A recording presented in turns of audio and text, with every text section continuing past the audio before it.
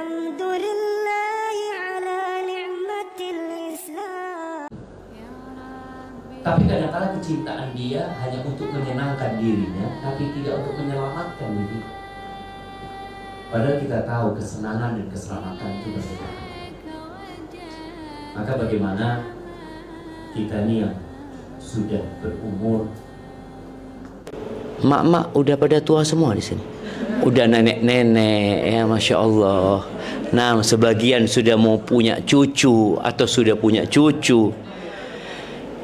Allah ibarik. Allahumma salli wa sallim ala abdika wa rasulika sayyidina wa maulana Muhammadin wa ala alihi wa ashabi ajma'in. Amma ba'd. Ahibati fillah. Benarkah kita ingin masuk surga? Orang-orang kafir pun berharap demikian. Tapi ternyata masuk surga itu tidak mudah. Emak-emak ini ingat dengan kisahnya Masyitatu binti Fir'aun, tukang sisirnya putrinya Fir'aun. Bagaimana dia masuk surga? Dia harus merelakan melihat anaknya dimasak di kuali satu persatu. Kemudian terakhir dia yang harus menyeburkan dirinya ke sana. Ternyata nggak mudah masuk surga. Istrinya Fir'aun yang mungkin kita menghafal doanya. Apa doanya istrinya Fir'aun? Rabbibnili indaka baitan fil jannah. Dia mengatakan, wahai Rabbku, wahai penciptaku, wahai pemilikku, wahai pengurusku, wahai Rabbku, wahai Tuhanku, bangunkan buat aku di sisimu rumah di surga. Apakah hanya dengan berdoa dia masuk surga? Dia dibantai sama Fir'aun. Dia disiksa. Dia meninggalkan semua kelezatan yang ada di istana. Ya, kalau istri pejabat aja mendapatkan fasilitas penghormatan yang begitu besar, kira-kira bagaimana dengan istri Fir'aun? Istri seorang manusia yang mengaku Tuhan. Fir'aun itu mengatakan, ana rabbukumul a'la, aku Tuhan kalian yang paling tinggi. Bayangin bagaimana kira-kira istrinya Fir'aun ini mendapatkan kenyamanan, tapi dia tinggalkan semua itu demi untuk masuk surga Allah Azza wa Jalla. Dia tahu resiko yang akan dia dapatkan. Ketika dia menyatakan keimanan, dia sudah melihat bagaimana tukang-tukang sihir Fir'aun itu dibunuh perlahan-lahan, dipotong tangan dan kakinya secara silang, kemudian disalib di pohon-pohon kurma di Mesir dalam kondisi hidup-hidup. Dia tahu resiko itu, tapi dia tetap memilih resiko itu. Kenapa? Ya karena kalau bicara siksaan dunia itu sebentar. Berapa lama istri Fir'aun disiksa? Sehari, 2 hari, 3 hari, anggap setahun. Tapi selesai setelah itu. Tukang sihir Fir'aun sore hari dipotong tangan dan kakinya secara silang, kemudian disalib dalam kondisi hidup-hidup. Darah itu akan habis, kemudian mereka akan mati. Berapa lama proses kematian dia? Ya, memilukan, sakit, tapi sebentar. Tapi kalau di neraka, khalidina fiha abada, selama-lamanya. Bagaimana Allah menggambarkan penghuni neraka itu? La yamutu fiha wa la yahya. Mereka nggak hidup dan tidak mati. Bagaimana penghuni neraka teriak-teriak memanggil malaikat penjaga neraka. Siapa malaikat penjaga neraka? Ibu-ibu. Malik. Malik. Allah mengatakan wanadau ya Malik liyaqdi alaina rabbuk. Mereka menyeru mengatakan, wahai Malik, wahai Malik, mintakan kepada Tuhanmu agar mematikan kita. Kita kepingin mati sudah gitu. Udah cukup siksaan ini terus tanpa berhenti. Malaikat Malik tidak menjawab. Di beberapa tafsir disebutkan Malik itu diam selama 1000 tahun. Terus dia teriak-teriak. Setelah 1000 tahun Malik mengatakan, innakum makithun, kalian akan tetap di sana selama-lamanya. Gimana sakitnya mereka. Maka ahibati fillah, berapa pintu surga? Ada 8. Berapa pintu neraka? Ada 7. Mau masuk surga ibu-ibu? Mau. Kadangkala kita itu mau ke Bekasi, tapi jalannya ke BSD. Mau kemana? Bekasi. Loh, BSD nih, Bekasi, insya Allah nyampe, kata dia. Gimana caranya nyampe gitu.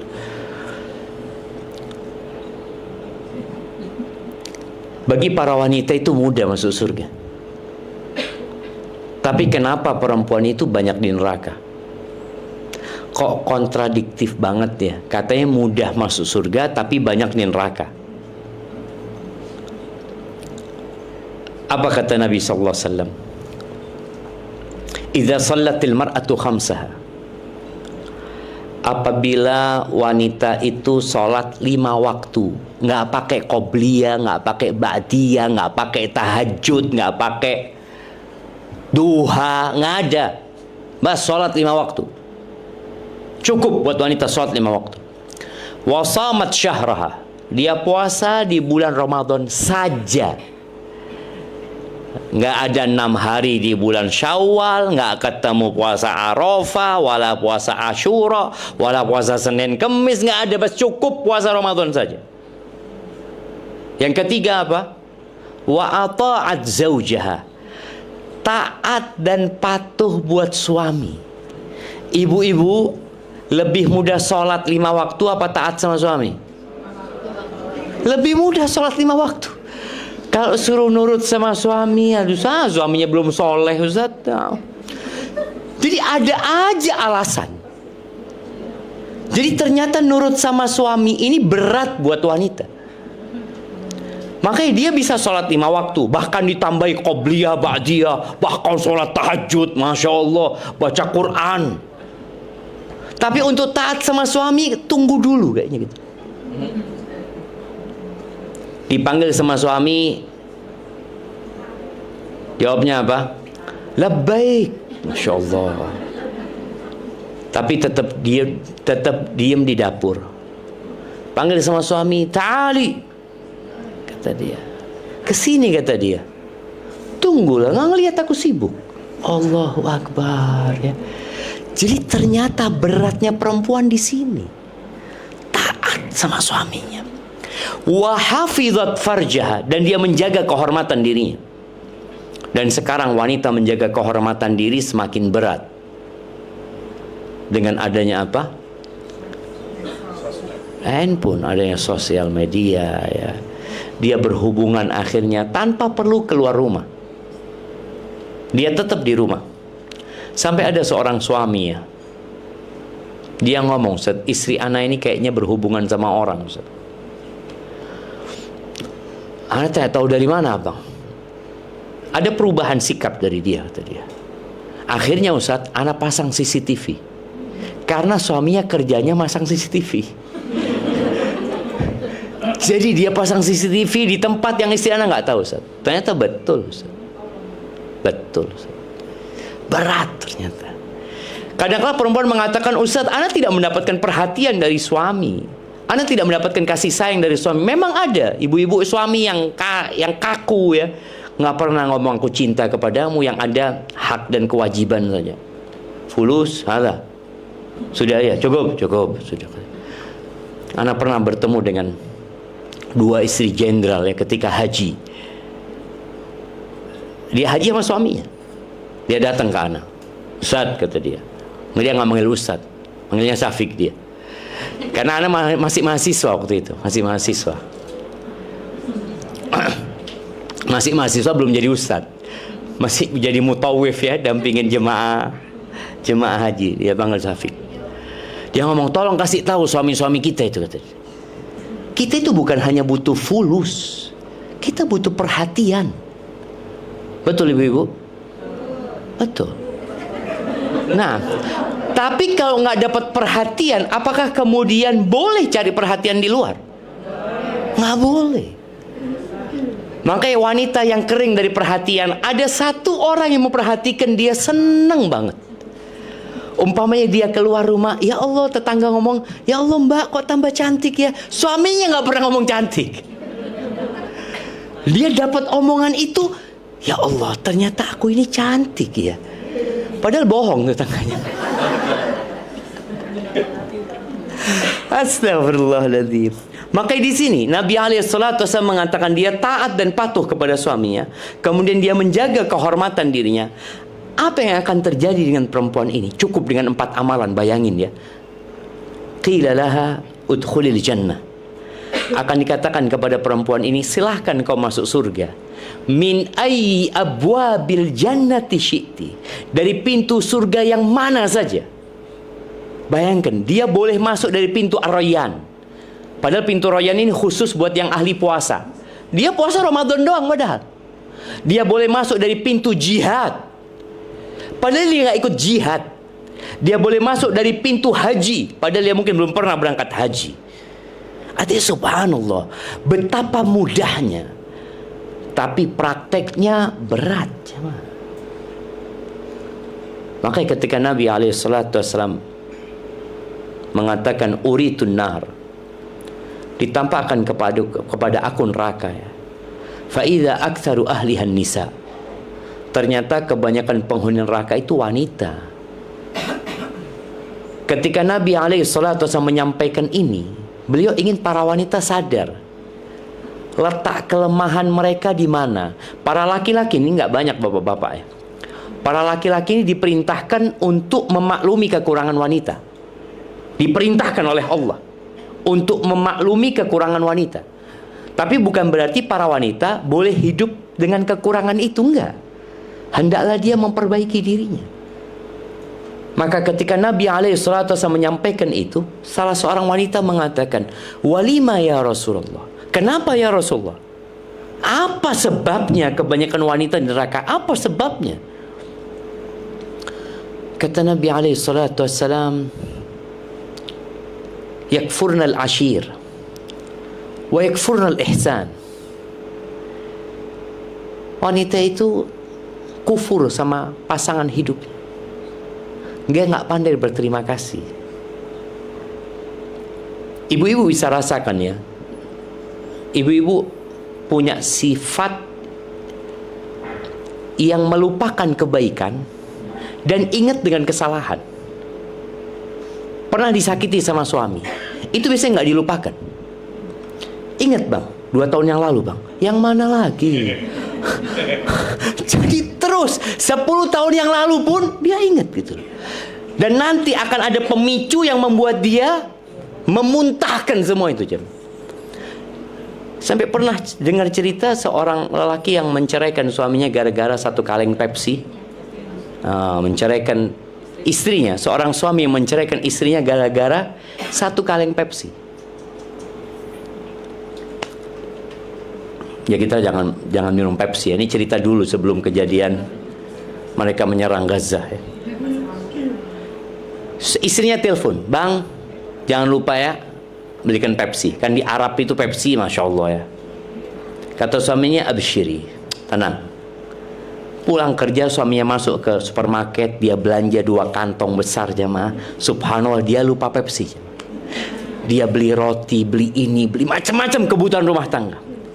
Datang disambut sama istrinya, dibongkarlah itu kresek. Dibuka, ditaruh, ya keluarkan. Nggak ada Pepsi itu. Bayangin, dia lupa dengan semua yang dibelikan suami. Dia ngomong, bang, mana Pepsinya? Ya Allah, lupa. Apa kata istrinya? Engkau memang selalu kayak gitu bang. Ingat 2 tahun yang lalu bang. Ingat bang, waktu itu aku minta ini. Engkau selalu mementingkan keluargamu. Engkau selalu mementingkan adikmu. Engkau selalu ini. Terus diingat itu semua. Kata suaminya, wallah ana lupa. Lupa, enggak bang. Engkau memang seperti itu. Enggak kuat suami, udah aku ceraikan engkau sudah. Bayangin jemaah. Jadi tabiat itu ada. Melupakan kebaikan itu Walaupun ibu-ibu nggak mengakui, ana percaya sama Nabi Muhammad SAW. Karena beliau mendapatkan wahyu dari Allah tentang tabiat wanita. Karena itu, bahkan Nabi SAW mengatakan, "Lau ahsanta ila ihdahunna dahr." Kalau engkau berbuat baik kepada istrimu sepanjang tahun, lalu dia mendapatimu berbuat salah sama dia, perempuannya akan mengatakan, "Ma ra'aitu minka khairan qat." Aku nggak pernah lihat engkau nyenangkan aku.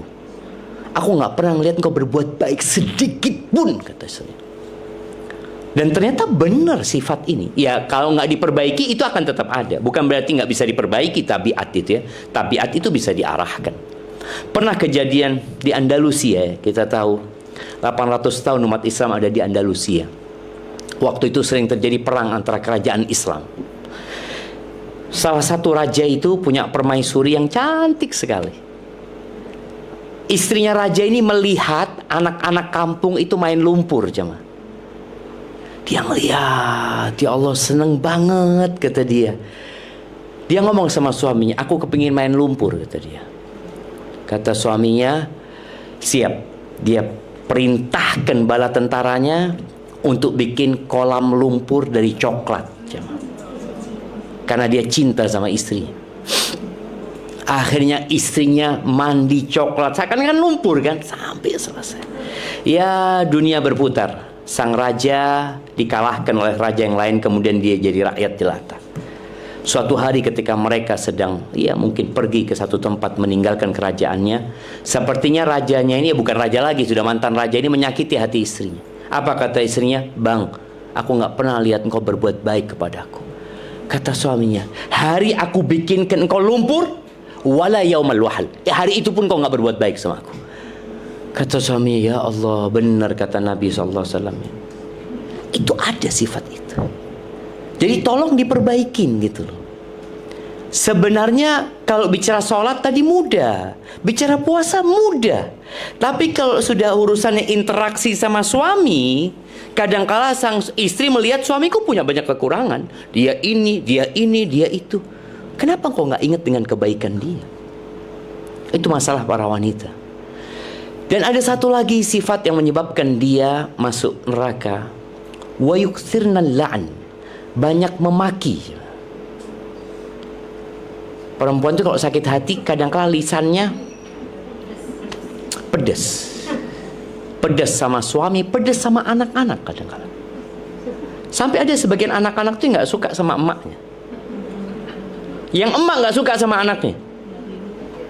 Iya, ini emak nggak suka sama anak, anak nggak suka sama emak gitu ya. Ketika emaknya ngomong, "Aduh aku tuh capek ini itu," kata anaknya, "Anak emangnya nggak capek ngadepin mama gini?" "Capek juga," kata dia. "Kalau bisa ganti mama, mau ganti cari mama yang baik." Kadangkala kita itu merasa kita yang berjuang loh. Anak-anak juga capek gitu dengan omongan-omongan yang tidak mengenakan di hati. Maka tolong bagi yang ingin masuk surga dari pintu mana saja, ia perlu menjaga lisan. Perempuan itu mau puasa sunnah izin sama suami loh. Bayangin ya, dari besarnya hak suami izin, padahal dia mau beribadah kepada Allah Azza wa Jalla. Ketika dia ngomong, "Bang, aku mau puasa sunnah," kata suaminya, "Boleh, tapi kalau aku ada perlu batalin ya." Boleh nggak? Boleh kalau puasa sunnah. Tapi kalau puasa qadha nggak boleh. Ingat, karena puasa qadha itu puasa wajib yang harus diselesaikan. Ini yang perlu diperhatikan juga. Ahibati fillah, pernah suatu hari ana ingin membuat kita punya gambaran bahwa dunia ini butuh perjuangan.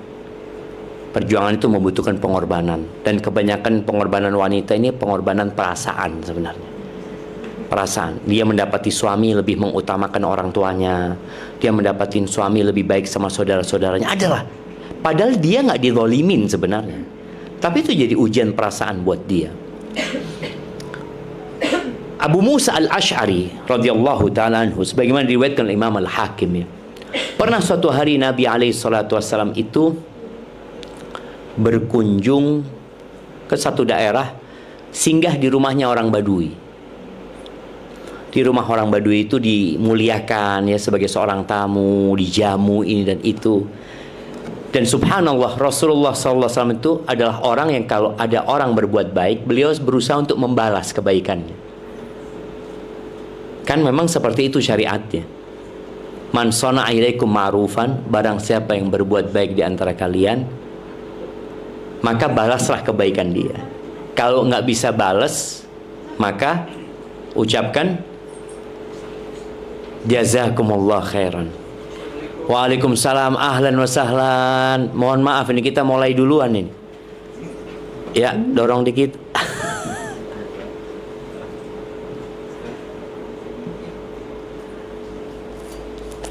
Kita lanjut ini Bapak.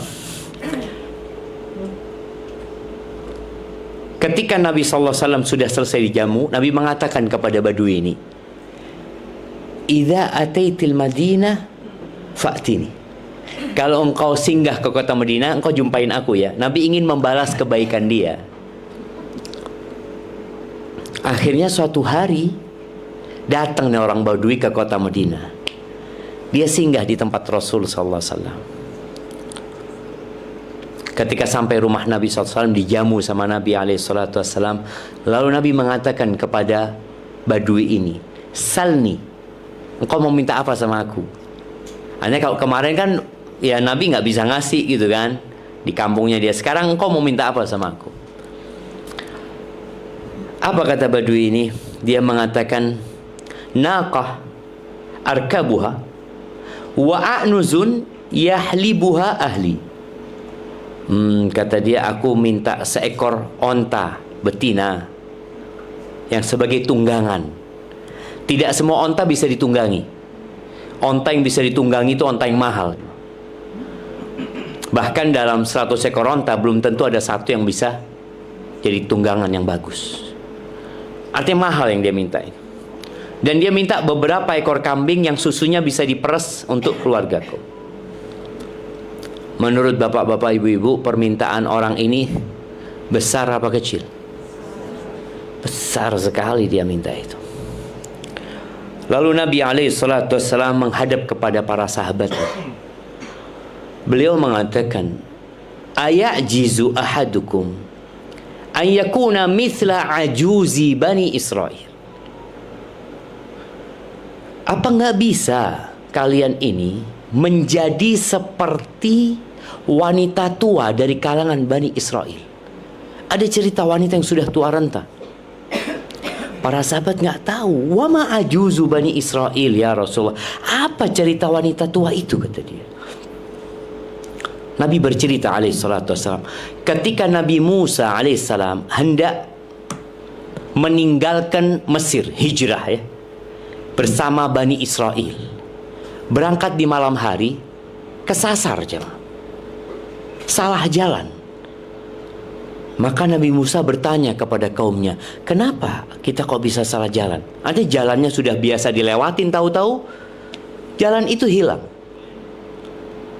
Lalu kata sesepuh Bani Israel mengatakan, Inna Yusuf alaihissalam, sesungguhnya Nabi Yusuf. Kita tahu Bani Israel itu kok bisa ada di Mesir karena dipanggil sama Nabi Yusuf, yang awalnya mereka ada di Palestina.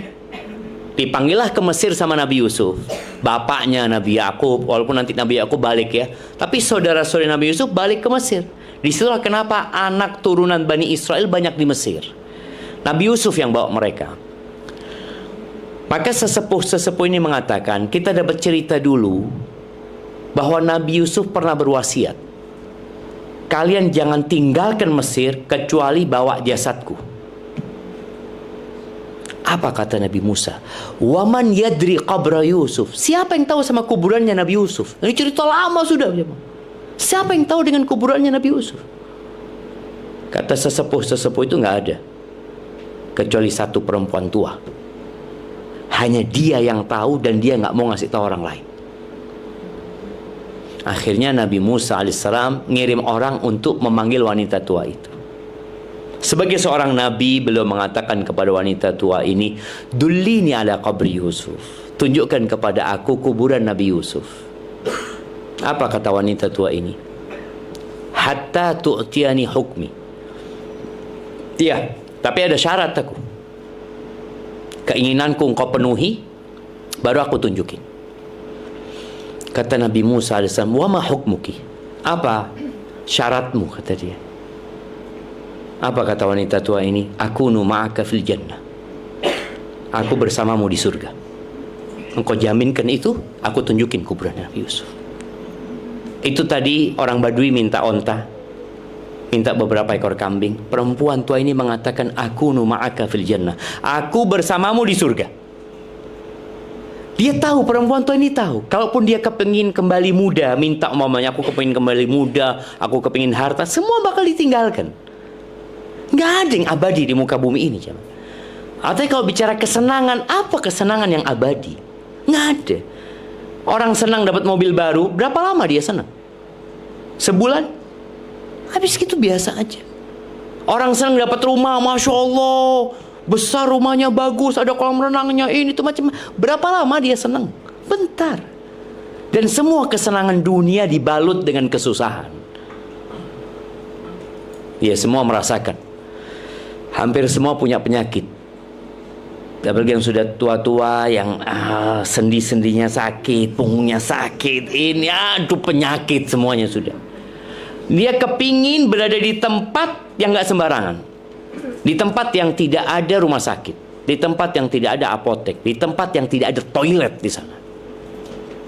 Surga Allah Azza wa Jalla. Tapi bukan mau di sembarang surga, dia mengatakan surga bersamamu. Artinya dia minta di surga bersama Nabi Musa alaihissalam. Kesempatan buat dia. Ini gak ada orang yang tahu gitu loh. Kesempatan, aku mau minta, kata dia. Kata Nabi Musa, permintaannya berat banget. Akhirnya Allah memberikan wahyu kepada Nabi Musa, ani'ti hukmaha. Udah, kau kasihkan, kau berikan jaminan kepada dia. Artinya Allah akan memasukkan dia ke surga. Akhirnya wanita tua ini berangkat ke satu genangan air, jemaah. Dia mengatakan, kalian keringkan tempat ini. Jadi kuburan Nabi Musa, Nabi Yusuf itu ada di dalam kolam. Airnya setelah kering, perempuan ini ngomong, gali tempat ini. Digali, keluar jasadnya Nabi Yusuf. Dan kita tahu tanah itu tidak makan jasadnya para nabi. Ketika diangkat jasadnya Nabi Yusuf, jalan menuju hijrah itu terang benderang, jemaah. Maka buat kita semua, tolong ambisinya dirubahlah sekarang. Kita benar-benar cari surga Allah Azza wa Jalla. Pernah istri-istri Nabi itu berambisi dunia? Pernah. Ya, karena manusia biasa, kita itu diuji. Semua umat itu ada fitnahnya. Dan fitnah umat Nabi itu apa? Sallallahu alaihi wasallam. Apa fitnah umat Nabi SAW? Harta. Fitnahnya itu harta. Subhanallah ya. Ana ingat pernah ada satu bupati yang ditangkap KPK. Itu ditemukan di tembok rumahnya uang 250 miliar. Di tembok gitu, jemaah. Artinya nggak ada pintunya. Di semen gitu, semen. Subhanallah. Buat apa? Itulah godaan apa? Aku punya, tapi nggak dipakai apa-apa gitu loh. Padahal harta itu baru berguna kalau dibelanjakan. Nggak ada gunanya harta. Aku punya uang sekian, nggak ada gunanya uangmu. Kalau buat beli kopi baru berguna. Minum kopi. Jadi ketika uang itu habis baru berguna. Tapi itu namanya fitnah. Itu namanya cobaan. Istri-istri Nabi pernah ya, mereka minta tambahan nafkah kepada Nabi SAW. Ya, lihat mungkin sahabat-sahabat yang lain bisa hidup lebih nyaman, mereka kok enggak. Padahal mereka istrinya Nabi SAW. Akhirnya Nabi mendiamkan mereka. Didiamkan mereka selama 1 bulan. Semua istri Nabi SAW. Jadi ibu-ibu, kalau suaminya mendiamkan ibu-ibu, apa yang dilakukan ibu-ibu? Diamkan juga. Diamkan juga. Emangnya aku butuh sama dia? Ya, ada perempuan-perempuan yang didiamkan sama suaminya, dia malah mendiamkan suaminya. Kuat-kuatan aja kita gitu loh. Mana yang lebih kuat?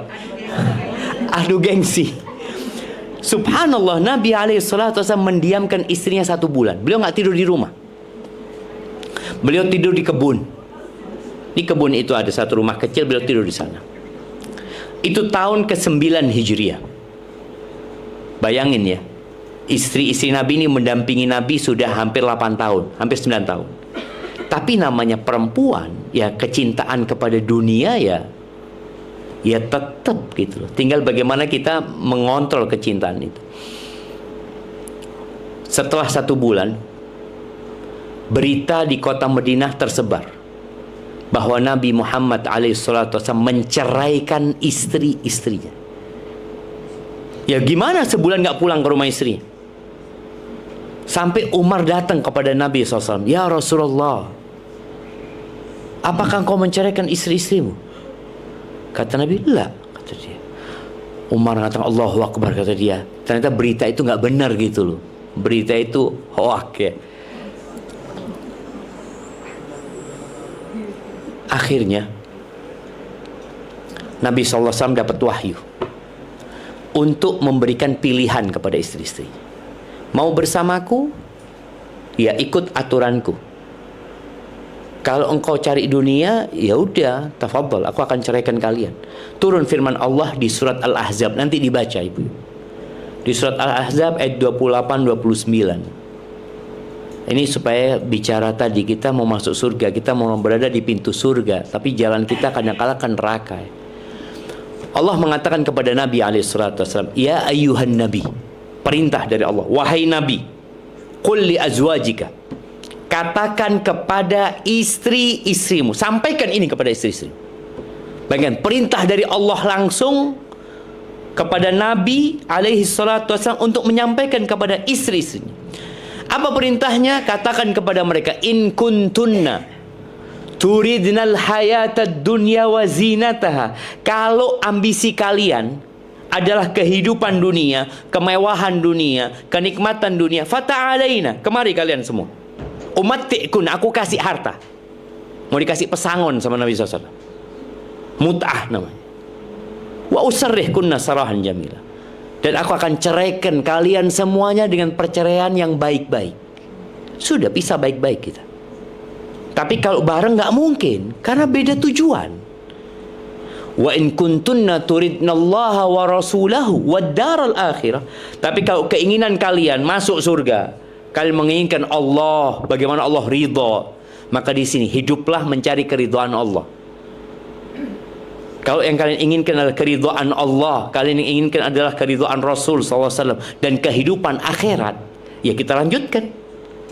Fa innallaha a'adda lil muhsinati minkunna ajran 'azima. Sesungguhnya Allah menyediakan buat orang-orang yang berbuat baik di antara kalian pahala yang besar sekali.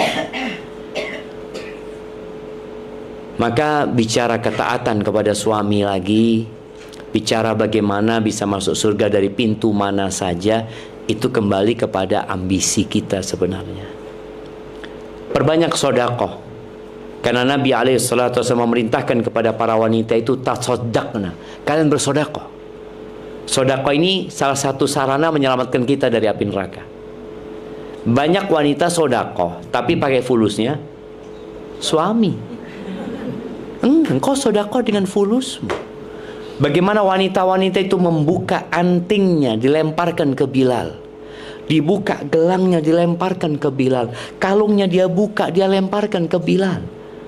Ini salah satu cara memperbaiki tabiat kita, agar kita tidak diperbudak sama dunia. Aku dapat duit, aku bagikan.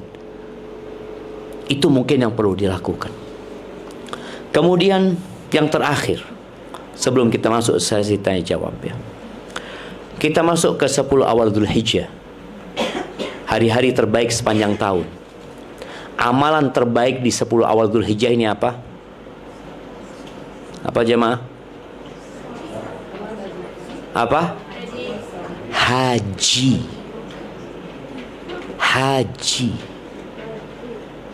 Yang haji ini puasa kita bisa lakukan di hari-hari lain. Sedekah bisa kita lakukan di hari-hari lain. Sholat malam, sepanjang tahun boleh kita. Tapi haji yang hanya setahun sekali. Makanya usahakan kita yang punya rezeki itu berangkat haji. Kalau punya rezeki lagi, berangkat haji lagi. Dan usahakan pakai duit sendiri. Iya. Kalau diberangkatkan suami, diborong suami pahalanya.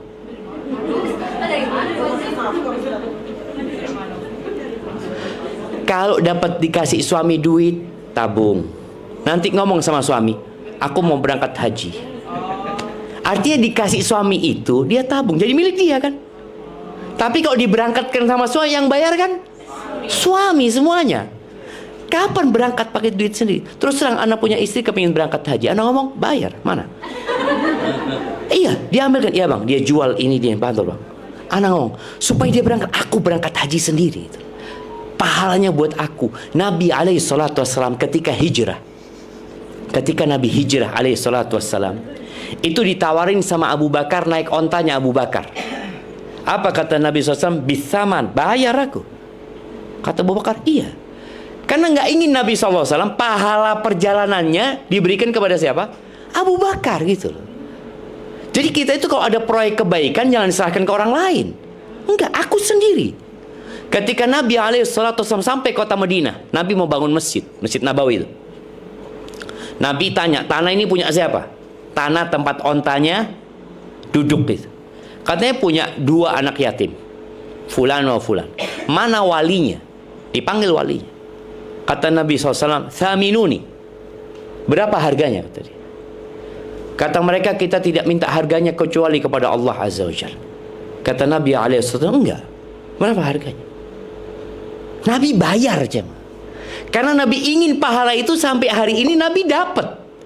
Coba itu wakafnya para sahabat, ya selesai sudah. Tapi itu wakafnya Nabi Muhammad SAW. Bayangkan sampai hari ini orang sholat di sana Nabi dapat pahala. Maka di sini tadi kadang-kala kita itu perlu mengeluarkan uang sendiri. Tabung ini, uangku ini, itu berangkat haji. Bukan dibiayain sama suami. Berangkat lagi suami lagi biayain. Enggak bang, aku mau bayar sendiri. Katakan jangan sombong. Bukan sombong, aku kepingin aku dapat pahala. Selama ini pahala engkau terus pahalanya. Dan kita masuk surga masing-masing ya ma. Masing-masing. Sering anak ingatkan, istri Nabi Nuh di mana? Di neraka. Istri Nabi Lut di mana? Istrinya Fir'aun di mana? Surga. Antum bisa bayangin. Nggak ikut suami. Oh suaminya soleh, insya Allah aku masuk surga. Belum tentu. Boleh jadi istrinya ngomong, anak nggak kepingin kamu dia lagi di surga kayaknya Ustaz. Capek anak. Umpamanya kadang-kadang kan ada istri yang tadi yang nggak taat, yang kalau masuk neraka nggak dicari sama suaminya. Jangan sampai. Begitu pula ada istri-istri yang kalau masuk surga nggak dicari suaminya, biarlah dia diadab dulu di sana. Dia sering nyakitin aku, gitu dia. Enggak mungkin itu terjadi loh, teman. Itu mungkin terjadi. Karena rumah tangga ini kan mesti ada konflik. Berapa banyak istri yang diem, memang diem, dia diem, nggak apa-apa sudah. Aku tuntut di akhirat nanti. Boleh. Artinya Allah akan berikan keadilan kepada semuanya. Maka di hari kiamat nanti apa kata Allah? Yauma yafirrul mar'u min akhihi wa ummihi wa abihi wa sahibati wa bani. Hari itu orang akan kabur dari saudaranya, takut dituntut sama saudaranya. Lari dari bapak sama ibunya, takut dituntut sama bapak ibunya. Lari dari istrinya, kelihatan istrinya, kabur dia. Kita kalau di sini kan, oh kelihatan istrinya ahlan wa sahlan. Di sana boleh jadi kabur dari anak-anaknya. Sedangkan di dunia kita itu ingin meluk anak kita, di akhirat enggak. Kita berusaha kabur dari mereka. Likulli mri'in minhum yauma idzin sya'nu yughni. Hari itu semua punya kesibukan masing-masing, jemaah. Maka tadi bicara haji itu amalan yang terbaik. Maka usahakan engkau yang punya rezeki, ketika suaminya ngajak haji, siap bang, tapi aku bayar sendiri bang. Jangan kau punya duit beli tas haji, biar suami yang bayarin. Loh seharusnya kau berpikir, tas bang beliin bang, haji aku bayar sendiri, nggak apa-apa. Artinya dibalik gitu, ketika urusan ibadah, enggak, aku mau bayar gitu. Itu ibadah yang terbaik haji ini. Cuma ternyata haji ini berat. Haji ini ibadah fisik, ibadah harta, dan ibadah hati. Ketika para wanita bertanya kepada Nabi SAW, Ya Rasulullah, naral jihad afdalal amal. Kami melihat jihad itu, perang itu amalan yang paling mulia. Kenapa kita perempuan-perempuan nggak ikut jihad aja supaya dapat kemuliaan itu? Kata Nabi SAW, lakunna jihadun la qitala fi. Bagi kalian para wanita, ada jihad yang nggak ada perang di dalamnya. Apa? Haji yang mabrur. Maka tolong yang berangkat haji, siapkan hatinya, ikhlaskan niatnya. Ada yang berangkat haji, kenapa berangkat haji? Ya Allah Ustaz, nggak enak ditanyain terus sama tetangga, Ustaz, kapan haji, kapan haji?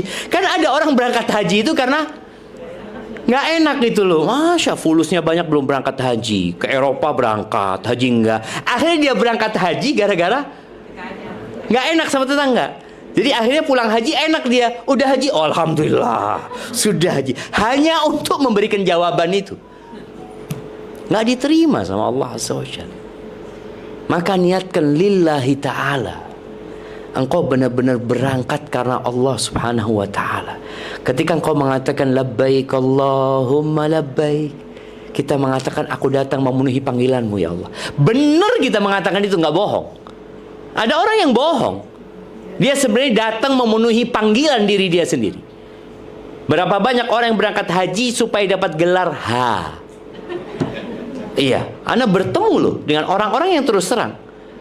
Ketika Ana jadi mutawif itu, orang itu mengatakan, Ana insya Allah Ustaz mau nyalon jadi gubernur Ustaz. Doakan Ustaz. Betul.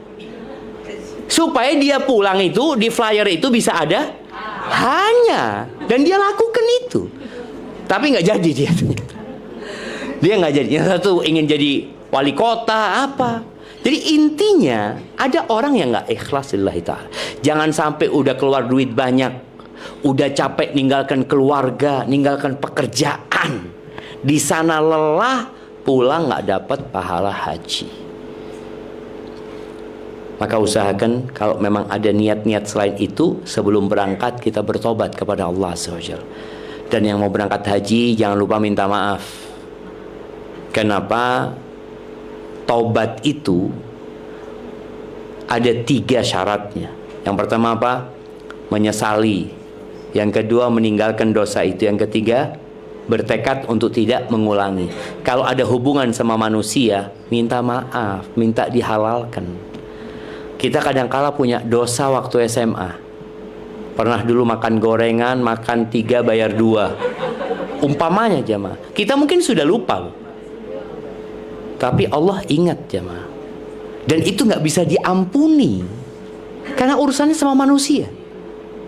Kita harus minta maaf. Ustaz udah nggak ketemu sama orangnya Ustaz, ini itu. Ya sudah, engkau sodakohkan atas nama orang itu.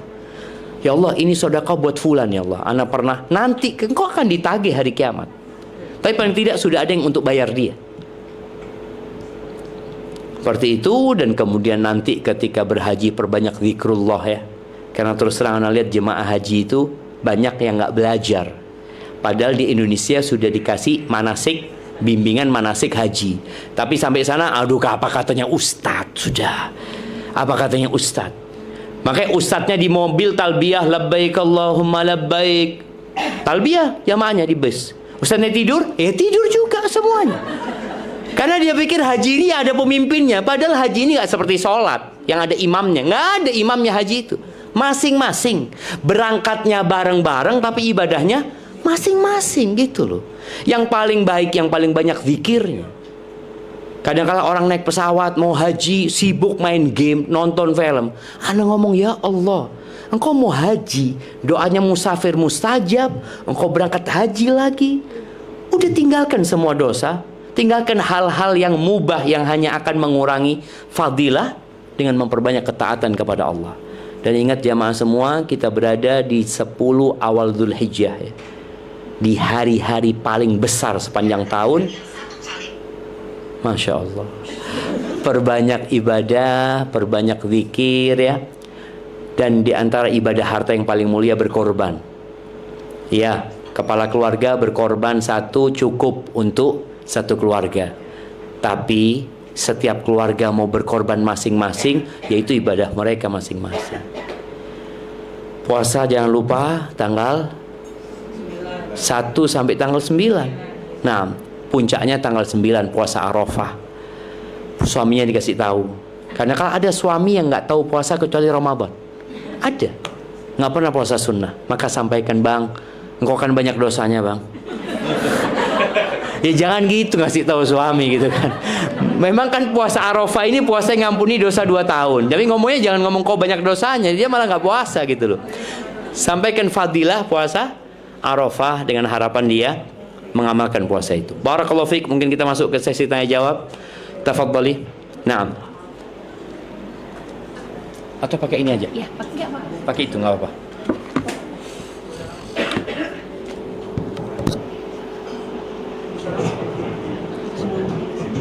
Ibu yang mau ditanya mungkin lewat kertas atau langsung silakan.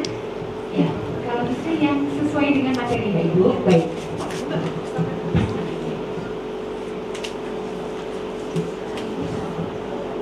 Oh ya.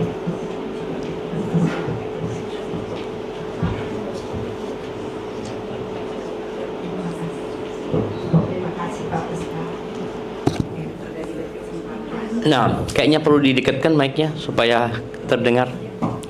Terima kasih Pak Ustadz sudah diberi kesempatan. Pertanyaan saya terhadap dari awal tadi Pak Ustadz sudah memberi penjelasan kalau perbuatan baik itu sedianya itu akan kembali kepada diri kita sendiri. Siap. Tapi itu perbuatan baik yaitu misalnya kita sedekah atau kalau kita melakukan sholat, apakah itu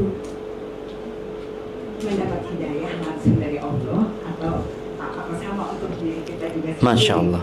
Satu. Yang kedua, pergi haji ya. Ini karena memang ini bulan haji ya. Jadi apakah maksudnya kita yang alhamdulillah misalnya ada rezeki, tapi kita melihat keadaan pemerintah kan membatasi gitu. Iya. Jadi harus sampai berapa tahun yang menunggu. Jadi apakah misalnya kita sudah pernah haji, tapi kita berikan haji itu kepada orang lain? Pada orang lain, kesempatan itu. Saja. Siap, Masya Allah. Barakallahu fikum. Iya, ini pertanyaan yang menarik jamaah, berkaitan dengan kebaikan yang kita lakukan. Itu kembali kepada diri kita sendiri. Apakah hanya dalam bab sedekah membantu orang lain atau dalam semua ibadah? Sebenarnya dalam semua ibadah. Sampai sholat kita pun itu untuk kebaikan kita. Di sholat itu ada ketenangan buat kita. Di sholat itu ada penghapusan dosa buat kita. Di sholat itu ada pencegahan dari perbuatan keji dan mungkar. Artinya orang kalau sholat itu akan tenang hidupnya. Rasul SAW kalau punya masalah itu, apa yang beliau lakukan? Sholat. Kita sering punya masalah curhat sama manusia. Ya, kadang-kadang ada manusia yang bisa bantu kita, tapi kebanyakan mereka hanya menjadi pendengar setia.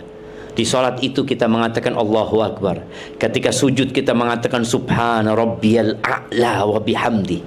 Jadi semua gerakan sholat itu manfaatnya buat kita. Semua bacaan sholat yang kita baca manfaatnya kembali kepada kita sendiri.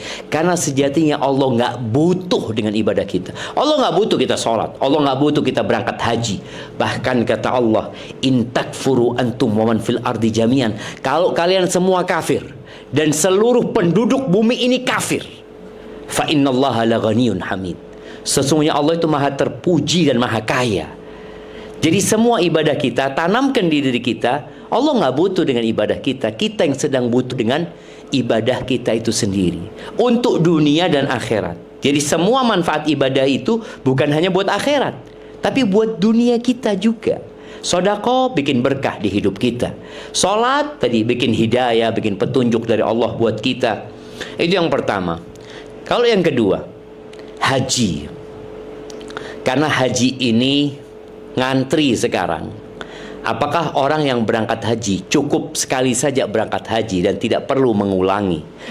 Kalau hukum agamanya wajibnya itu hanya sekali. Yang kedua, yang ketiga, yang keempat itu sunnah. Itu sunnah saja. Kalau kita melihat anak mau ngantri lagi, nggak apa-apa. Dia ngantri lagi memang. Dia daftar lagi sekarang, umpamanya dia ikut ONH Plus, dia ngantri 5 tahun umpamanya. Dia tidak mengambil hak orang lain. Tapi begini, ada orang yang berangkat haji, tapi dia kurang peduli sama orang lain. Kurang peduli sama tetangganya, kurang peduli sama kerabatnya. Ini boleh jadi hajinya nggak mabrur. Karena tanda orang yang haji yang mabrur itu pulang semakin baik, semakin peduli kepada orang lain, tidak hanya memikirkan diri dia sendiri. Kenapa kok orang perlu haji lagi? Kok nggak uang hajinya dia sodakokan saja? Ahibati fillah, perjalanan haji ini perjalanan rohani yang nggak didapat dengan sodako, nggak didapat. Maka perlu orang itu hadir di momentum itu. Bagaimana dia wukuf di Arafah, bagaimana dia mabit di Muzdalifah, bagaimana dia tidur di tenda, bagaimana dia melempar jumroh, bagaimana dia meninggalkan keluarganya, meninggalkan dunianya. Ini semua nggak didapat dengan sodako. Maka silahkan dia daftar haji lagi, dan sodako tetap dia sodako sama orang lain. Terus Nabi SAW mengatakan tabi'u bainal haji wal umrah, ikuti haji dengan umrah. Artinya kalau tadi ana udah haji Ustaz, ana mau umrah, udah umrah lagi nggak apa-apa. Nanti punya rezeki kayaknya ana mau berangkat haji lagi, fadl berangkat haji lagi. Mungkin nggak tiap tahun ya, tapi ketika dia punya kesempatan dia daftar, kemudian dia berangkat haji. Dua amalan ini, haji dan umrah, kalau diikutin terus-terusan ya, dia amalkan, itu akan menghapuskan kekufuran dan kefakiran. Jadi orang itu dijauhkan dari kekufuran dan kefakiran kalau mabrur. Tapi kalau sekedar buat gaya, udah berapa kali haji? 4. Oh, antum 7. Nah, bukan untuk bangga-banggaan haji itu jamaah. Seperti itu, wallahu a'lam bishawab. Naam.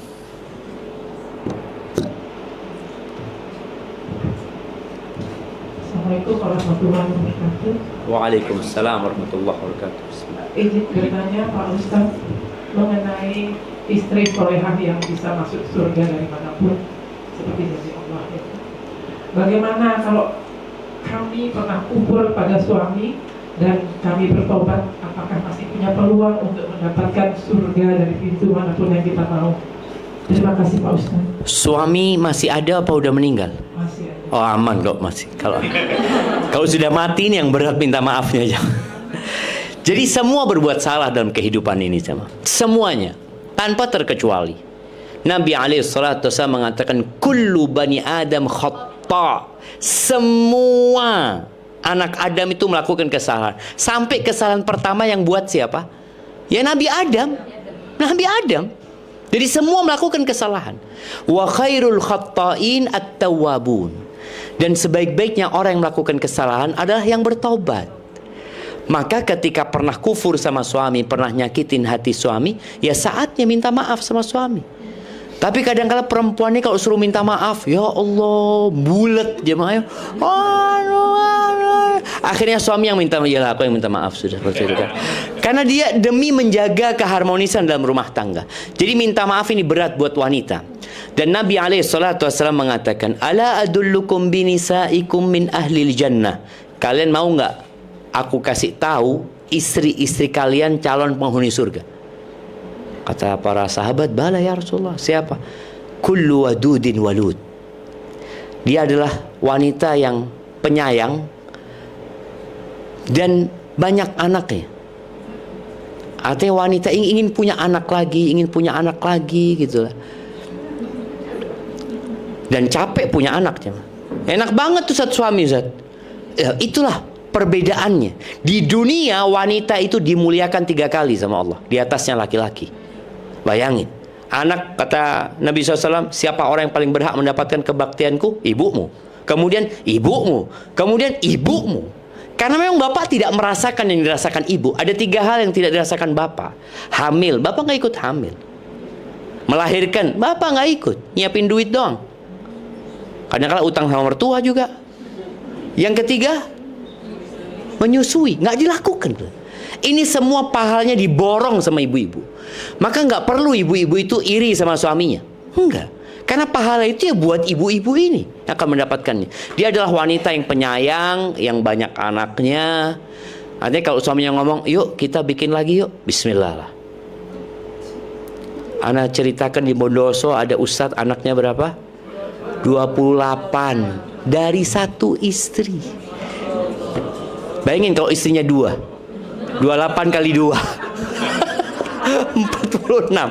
Artinya subhanallah, dia itu mau punya anak, dia capek, dia tahu akan dapat pahala di sisi Allah. Idza asa'at ila zawjiha aw usi'a ilaiha, kata Nabi SAW, wanita ini kalau disakiti sama suaminya atau dia menyakiti suaminya, perempuan ini akan datang kepada suaminya. Bukan dia mendiamkan suaminya, dia datang kepada suaminya, dia pegang tangan suaminya sambil memandang ke wajah suami, dia mengatakan, la adzuku bi ghumdin hatta tarda, aku nggak akan mau menjamkan mata sampai kau ridha sama aku, sampai ridha gitu.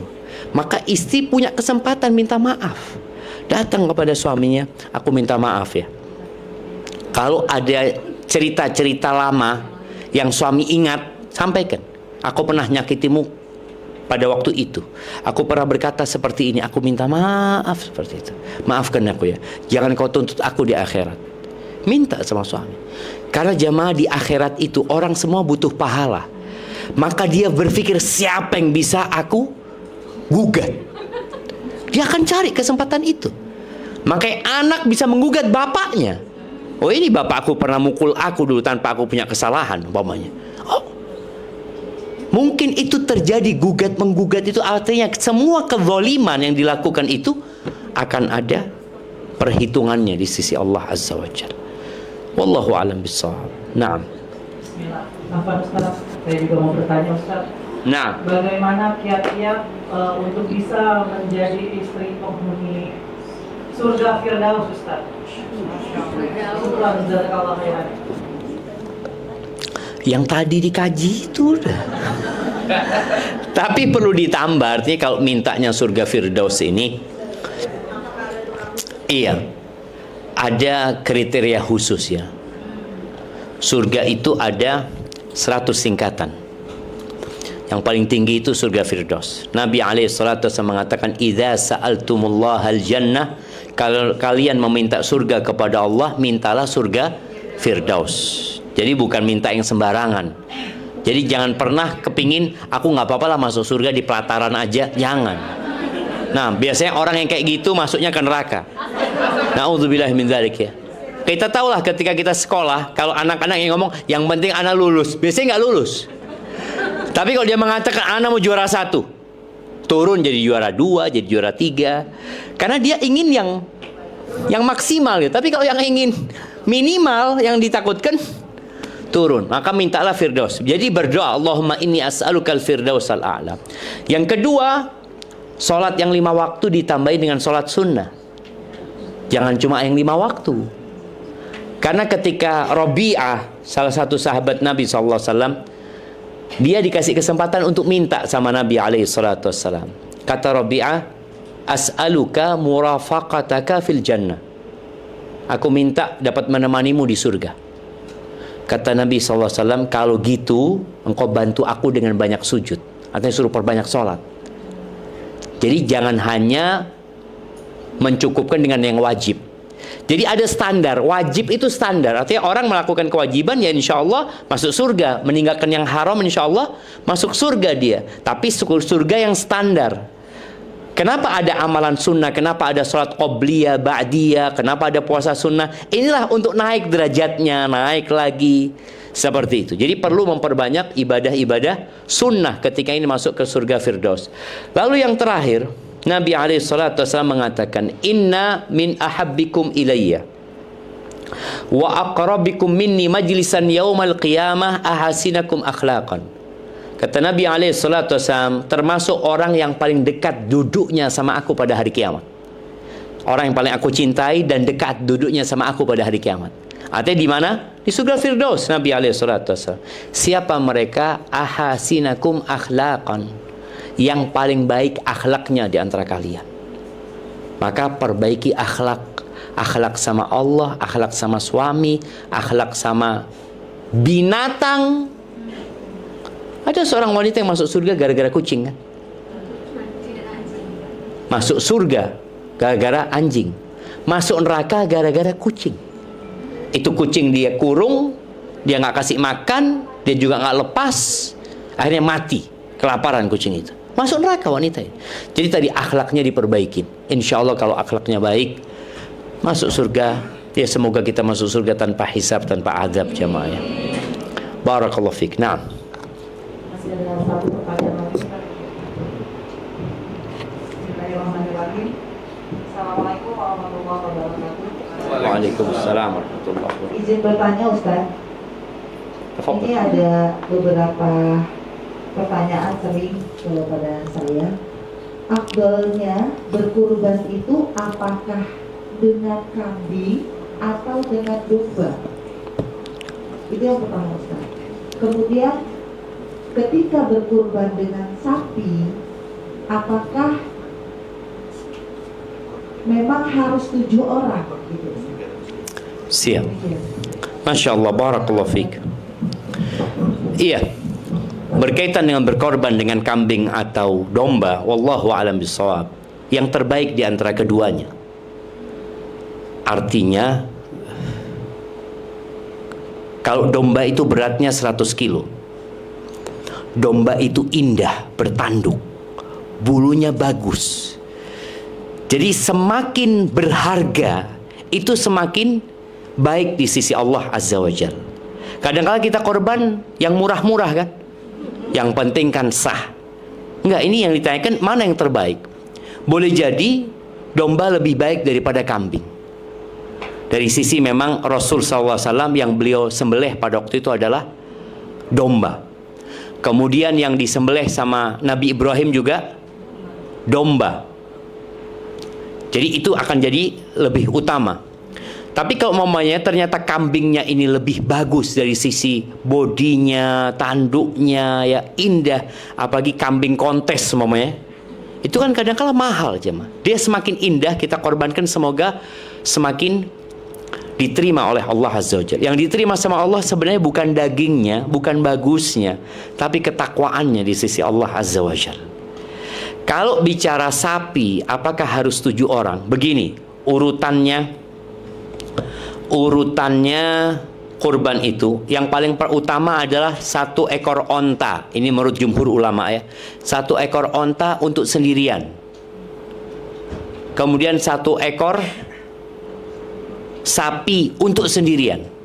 Lalu 1 ekor kambing, baik domba atau kambing tadi untuk sendirian. Jadi kalau ada orang umpamanya sapi buat berdua nggak apa-apa, sapi buat bertiga nggak apa-apa, sapi buat sendirian lebih baik gitu loh. Ketika orang mengorbankan sapi sendirian, setelah 1 ekor kambing, baru sebagian ulama mengatakan ya sapi untuk 7 orang. Jadi tetap yang diutamakan itu 1 nyawa 1 orang daripada 1 nyawa untuk 7 orang tadi. Dan orang itu boleh berkorban 100 ekor onta. Nabi alaihissalatu wasallam waktu haji, beliau korbankan 100 ekor onta. 63 disembelih dengan tangannya sendiri. 63. Maka usahakan yang punya hewan kurban kalau bisa nyembelih sendiri, nyembelih sendiri. Seperti itu, wallahu a'lam bishawab. Taib, itu menjadi pertanyaan terakhir jemaah. Ada lagi. Masya Allah. Berkaitan dengan puasa Arafah Ustaz, apakah puasa Arafah kita mengikuti di sana atau di Indonesia Ustaz? Karena kan pernah kejadian lebih dulu di sana berlebaran. Iya, sekarang ini lebih dulu di sana juga. Tahun ini juga sama. Berkaitan dengan puasa Arafah, memang sebagian ulama mengatakan ngikutin wukuf di Arafah. Tapi jumhur mengatakan mengikutin hilal. Karena sejatinya pengetahuan kita dengan wukuf itu ya tahun-tahun ini, sejak adanya media. Tapi sebelum kemerdekaan, kita tahu dari mana mereka wukufnya hari apa? Nggak tahu. 100 tahun yang lalu juga sebelum adanya media, kita nggak tahu mereka kapan wukufnya. Sedangkan Allah sudah memberikan kepada kita alat ukur, yaitu hilal. Allah mengatakan yas'alunaka 'anil ahillah. Mereka bertanya kepadamu tentang hilal. Kenapa hilal, bulan sabit itu kok berubah ya? Berubah menjadi lebih bulat, kemudian berubah jadi kecil lagi. Kata Allah Azza wa Jalla, "Qul hiya mawaqitu linnas." Katakan itu adalah penentuan waktu ibadah buat manusia.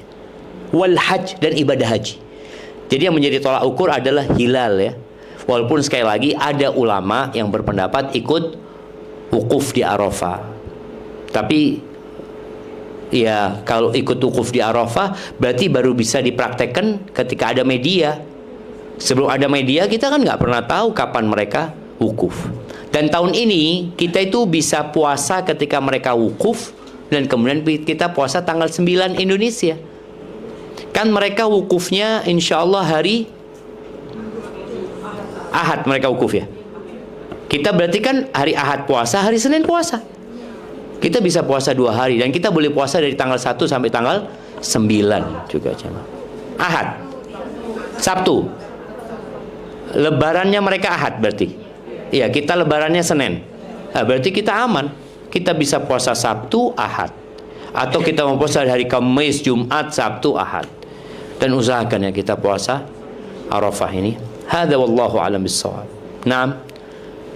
Itu yang dapat Anda sampaikan. Kurang lebihnya mohon maaf. Anda kembalikan ke moderator atau ke MC. Jazakillah khairan. Insyaallah, tabarakallah, alhamdulillah, jazakumullah khairan untuk ilmu yang sudah Ustaz Hafizahullah Ta'ala sampaikan. Sungguh luar biasa, dan semoga kita semua bisa amalkan.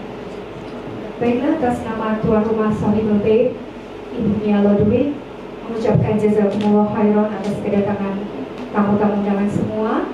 Barakallahu